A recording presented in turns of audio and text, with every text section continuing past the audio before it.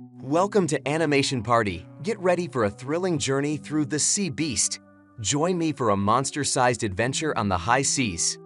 Maisie is recounting another of her bedtime stories to her pals in the orphanage room, this time about the big sea monster hunters who heroically fought and protected the vessels. However, she is interrupted by the caretaker, who instructs everyone to lie down and sleep. Maisie simply waits for the woman to go so she can fetch her adventure gear. Then, with the assistance of a wardrobe, she climbs to the window and sets off on another voyage that night. The following day, aboard the Inevitable, sailor Jacob learns that a huge beast has been spotted a few kilometers ahead. The captain of the ship swears it's the Red Bluster, the monster that took out one of his eyes. They then notice Jim Nickelbone's ship being viciously attacked by another brickleback-like creature. Despite his desire to catch the Red Bluster, the captain heeded Jacob's suggestion and reversed course to assist the Nickelbone ship in the midst of a deep fog. The creature was slaughtering the crew. When the Inevitable ship enters the conflict zone, it emits a flare to attract the attention of the animal. It was now time to fight him. Jacob and his hunting sailors are dangling from the ship's side ropes. The captain issues the order, and the guns open fire, followed by many arrows. The creature decides to dive in, but Jacob quickly climbs the sail and throws a harpoon with a finding buoy attached. The monster lunges from the ocean and flips the ship over, sending a portion of the cargo into the water. It begins to capture the sailors with its tentacles. Along with Sarah, the captain heroically attempts to resist. Jacob then notices the pandemonium around him and attempts to assist. He dashes about, dodging tentacle strikes, and hurls a harpoon at the monster's head, which ultimately releases the vessel and sinks again.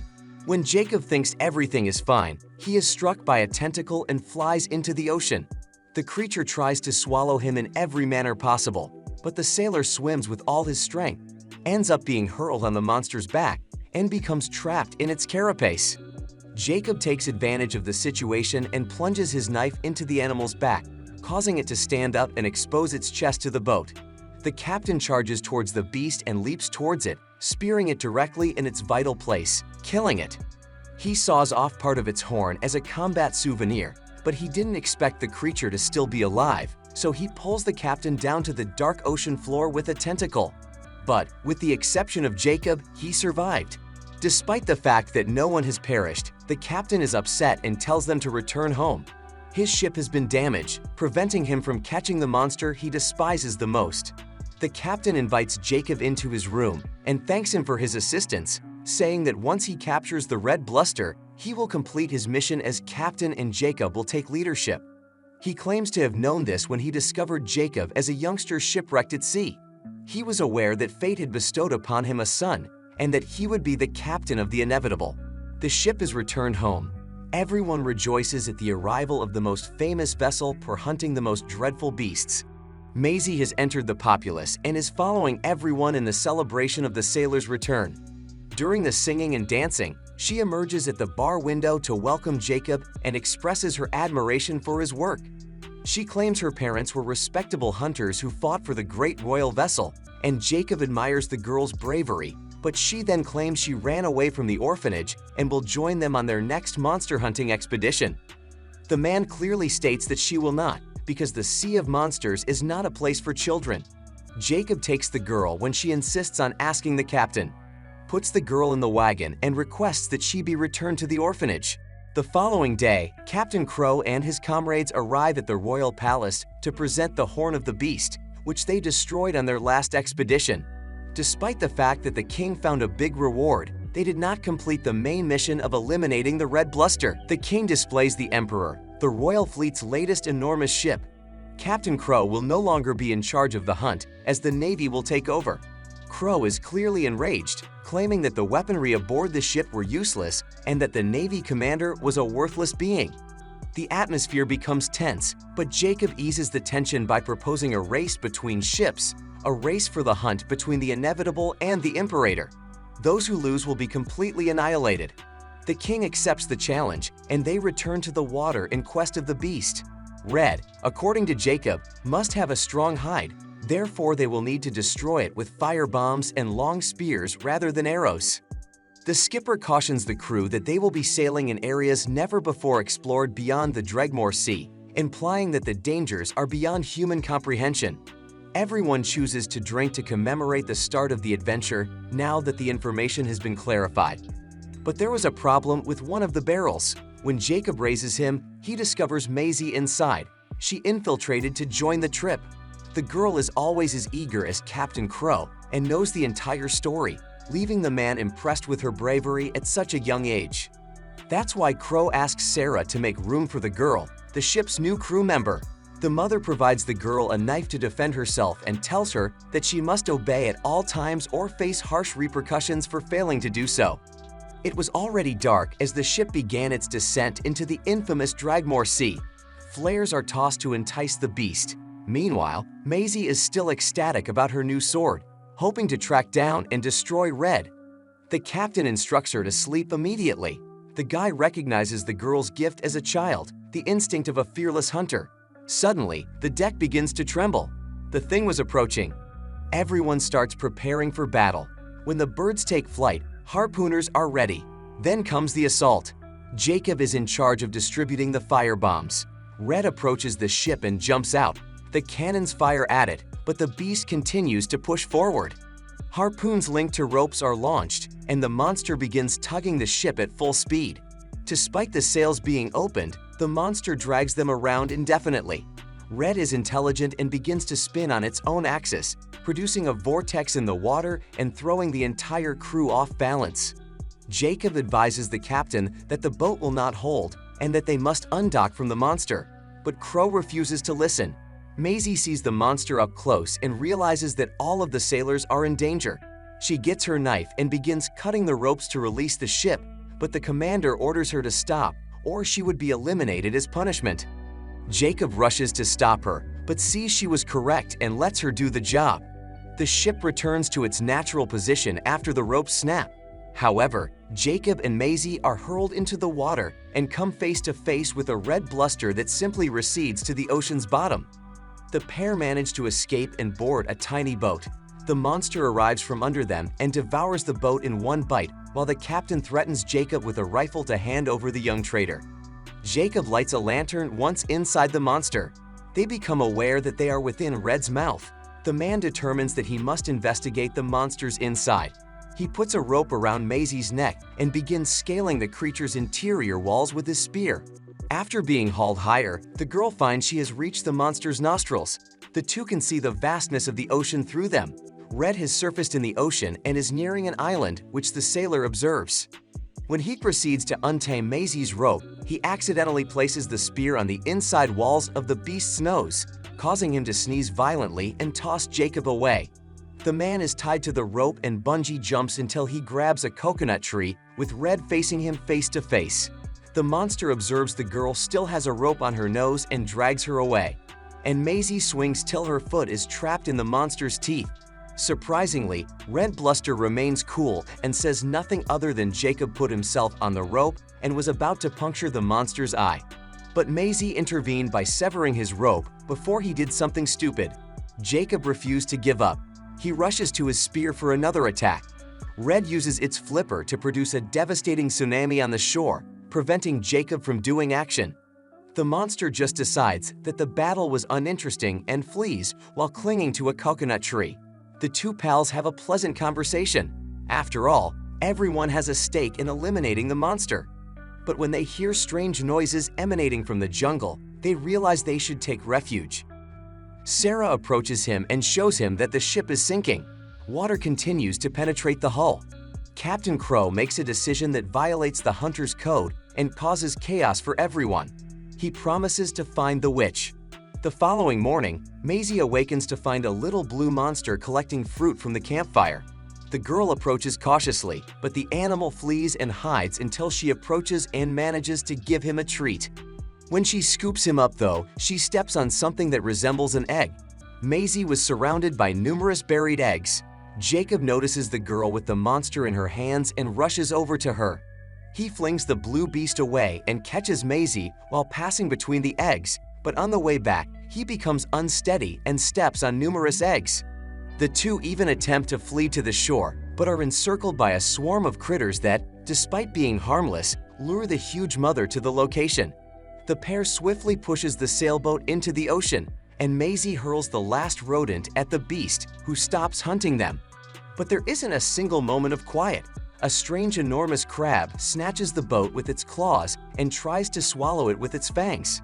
And he would have succeeded if it hadn't been for the red bluster showing up and scaring the crab with his very presence. Jacob and the raft sink into the ocean, but Maisie, who is riding on the gigantic crustacean's back, engages in a ferocious fight with the beast, making multiple lunges at the opposing creature. The crab, on the other hand, uses its pincers to grasp the crimson monster's horn.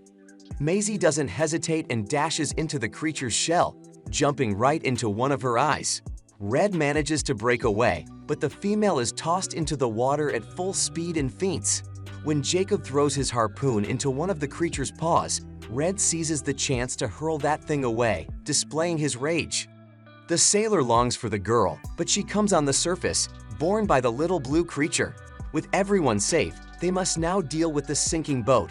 So Maisie phones Red and attempts to explain to her, with the help of the fruits and the blue bug, that they need help getting back home. To everyone's surprise, the monster understands and lifts the boat on its head, safely transporting them to the wide sea.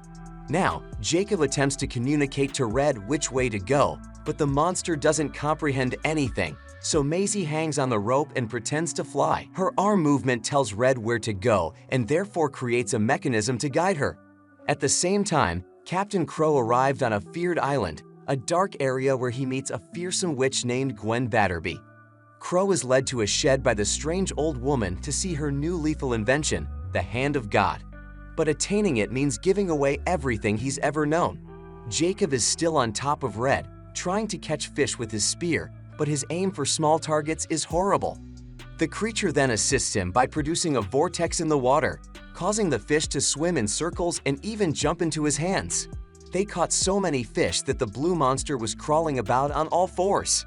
A big storm approaches during the night, and to protect themselves from the ferocity of the huge waves and the electrical discharges, they seek refuge in the nostrils of Red, which drops to the bottom of the sea. Despite the wonderful things they can see down there, Jacob notices monster skeletons and ship debris and learns that the conflict has brought nothing but destruction on both sides for millennia. The sailors feared the Crimson Moon because it meant the witch was monitoring them. From now on, the captain detects a massive shoal approaching, which means Red is on his way. Finally, Jacob and Maisie arrive on Rum Pepper Island, but the girl is disappointed to find that the sailor will return her to the orphanage, as they only have each other. Friendship with Red altered their life, but she eventually lets it go. After all, Jacob wouldn't get it. When the boy arrives at the beach, he thanks the Red Giant and awkwardly declares that from now on, he would never seek monsters across the oceans. Red smells the approaching danger and goes to the top of the hill while they are still saying their goodbyes. And from there, they can all see the Royal Navy's ship Imperator. Jacob tries to persuade the monster not to fight, but when Red sees a sailor pointing his rifle, he becomes enraged and charges at the Army Imperator, who opens fire on the monster. As a result, Maisie is thrown away by the force of the explosions. Not only does Red capsize the small boats, but he also divides the large Imperator in half. And just as she was about to eat the Navy general, Jacob fires a warning shot directly in the neck. The situation is deteriorating. After all, when the creature spotted Maisie unconscious on the floor, they became even angrier. In the distance, some flares are shot, and Red notices Captain Crow's ship approaching. As the creature advances through the water, the sailors poison the witch's terrible harpoon. Crow activates the device and slams the rocket harpoon into the creature's side as soon as Red Bluster is a few feet away. The monster suffers severe damage and becomes entirely stunned and motionless in the face of the impending doom. Captain Crow hops on the creature and promises to return it to the kingdom alive, so the sailors encircle her in a massive net of ropes. The crew alerts Crow that a boat is approaching, and Crow checks his spyglass to determine if Jacob and Maisie are still alive. The girl awakens to see the captain lecturing Jacob about his improper behavior. They cannot reach an agreement with the monster. Maisie leaps to her feet, takes her knife, and lunges for the captain, but is stopped by Jacob. He returns her to her bed and goes to Crow's room to drink with him. During the night, Maisie receives a visit from Sarah, who asks her to assist her in letting go of Red. What they're doing to her isn't right. The woman claims she understands it's wrong and is thinking about it, but she doesn't do anything about it. The kingdom is currently facing the unavoidable. Maisie is anxiously attempting to escape out of her room when she is interrupted by an unexpected visitor. The blue monster scales the ship's hull and bites her bedroom window. Despite his joy at seeing him, there was no time to waste. She examines the numerous stories about the monsters and notices that they all had the same emblem of royalty, implying that the monarch concocted the fiction that the creatures were deadly. The girl collects her belongings and begins to cut the ropes that bind Red with her knife. She tries to cut the ropes, but it takes an eternity. The entire kingdom gathers to see the capture of the incredible Red. The monarch crowns them the champions of the competition, and Crow begins gloating while walking on Red, claiming that he demonstrated that hunters were the only ones capable of accomplishing this feat. Jacob stops the captain's plan to stab his spear and finish the Red bluster by asking him to hand over his weapon. Crow calls the man a shame and grabs his sword to confront him. They had a heated argument over Red. Captain uses the confrontation to his advantage and pushes Jacob into the lake. Red's life would be over now, but Sarah arrives in front of Maisie and decides to assist her in cutting the rope. The ties are cut with a single swipe of the sword, but because she is still under the effects of the poison, she is dazed and collapses into the vessel and part of the palace. Red struggles to stand up again as the naval fleet prepares to launch the attack, but only manages to collapse once more.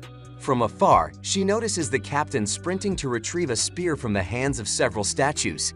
She runs at him at full speed and stands up in a rage to take a fatal bite, but she abruptly pauses. Maisie was the one who moved in front of the captain. Jacob also arrives, takes the crow's spear, and breaks it in half, signaling the end of the monster hunt. The king and the entire community are stunned that this is even possible. The two collide in Red's skull, and Maisie informs the entire populace that the kingdom's texts were a hoax. Peasants were not attacked by the monsters. They were only legends made up by the kings, who had trained everyone for generations to despise monsters. As a result, this war was born. The king and queen are enraged at the small girl's bravado and order the general to fire the cannons once more. However, the populace demands that Red be released. The general decides to lay down his sword and declares that he wants to know why this conflict began by disregarding the monarch's commands. So Jacob and Maisie ride Red, the great red bluster of the seas, to the horizon. The two are now father and daughter in a strange universe where there is no longer any hunting for aquatic creatures. And that's a wrap for The Sea Beast. I hope you enjoyed this adventure on the high seas. If you like this recap, don't forget to like, comment, and subscribe to Animation Party for more animated movie breakdowns and analysis.